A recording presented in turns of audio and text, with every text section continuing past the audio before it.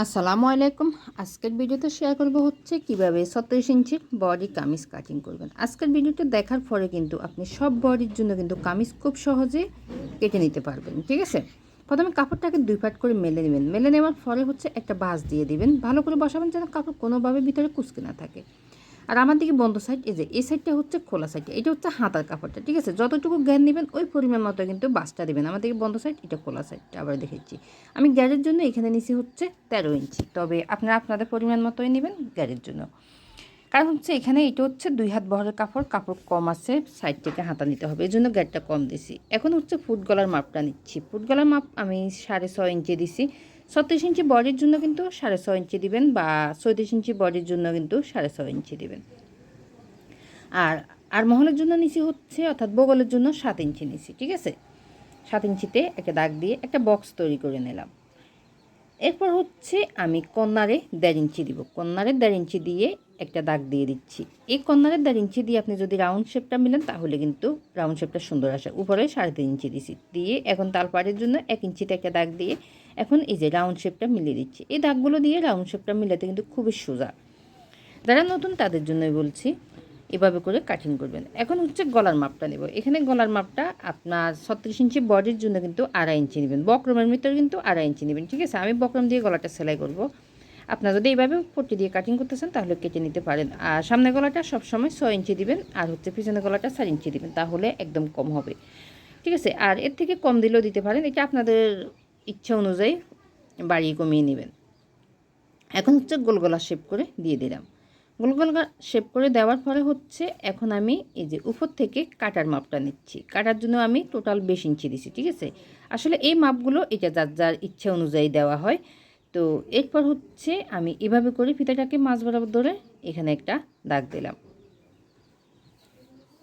দেওয়ার পরে এখন হচ্ছে বডির মাপটা নেব। 36 ইঞ্চি বডির জন্য কিন্তু আমি 9 ইঞ্চি নিব, অর্থাৎ 36-এর 4 ভাগের 1 ভাগ কিন্তু হয় কত, 9 ইঞ্চি। আর এক্সট্রা 1.5 ইঞ্চি বেশি নেবেন সেলাই করার জন্য। আমি বডিতে যা দেবো হিপও কিন্তু এখানে তা দেব। এই যে এখানে আমি 36 দিব।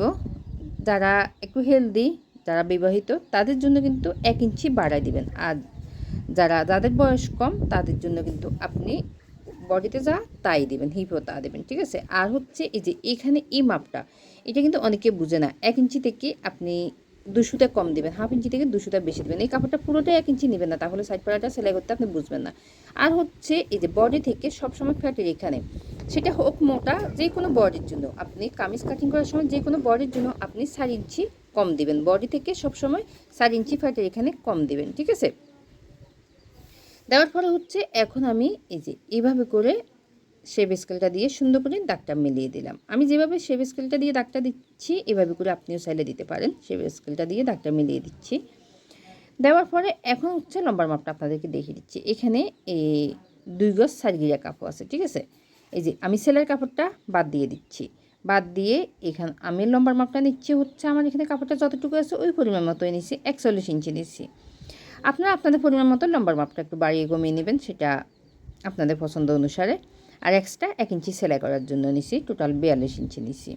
অর্থাৎ টোটাল কাপড়টা আছে 42.5 ইঞ্চি। উপরে হাফ ইঞ্চি সেলাই করার জন্য, নিচে 1 ইঞ্চি সেলাই করার জন্য, 1.5 ইঞ্চি টোটাল সেলাই করার জন্য। আর এখানে এই যে কর্নারে 1.5 ইঞ্চি উপরের দিকে ডাউন করে দেবেন, তাহলে আপনি যখন জামাটা পরবেন তখন দুই দিকে আপনার কর্নারগুলো ঝুলে থাকবে না। আর না হয় কিন্তু কর্নারগুলো যদি না কাটেন তাহলে কর্নারগুলো নিচের দিকে ঝুলে থাকবে, দেখে আপনি পরতে আরাম পাবেন না, দেখতে সুন্দর লাগবে না। এরপর হচ্ছে এই যে এই দাগটা কিন্তু একটা মেন দাগ, এটা আপনার যদি বাঁকা হয়ে যায় তখন আপনার সাইড পাড়াটা সেলাই করার সময় কিন্তু সাইড পাড়াটা বাঁকা হয়ে যাবে, আর হচ্ছে আপনি খুবই সুন্দরভাবে সেলাই করতে পারবেন না। আমি ফিতাটাকে সুন্দর করে ধরে সমান করে দাগটা প্রথমে দিয়ে দিচ্ছি। এরপর হচ্ছে স্কেলটা দিয়ে সুন্দর করে আরও ভালো করে দাগটা মিলিয়ে দিচ্ছি। ঠিক আছে?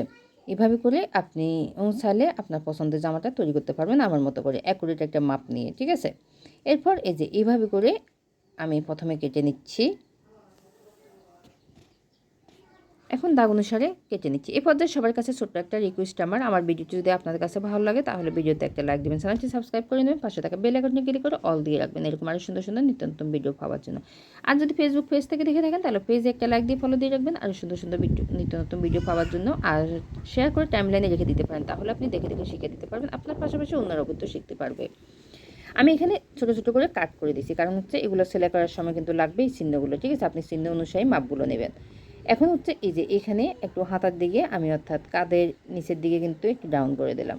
আর এখানে আমি গলাটা কাটিং করব না, এটা আমি বক্রম দিয়ে সেলাই করছি।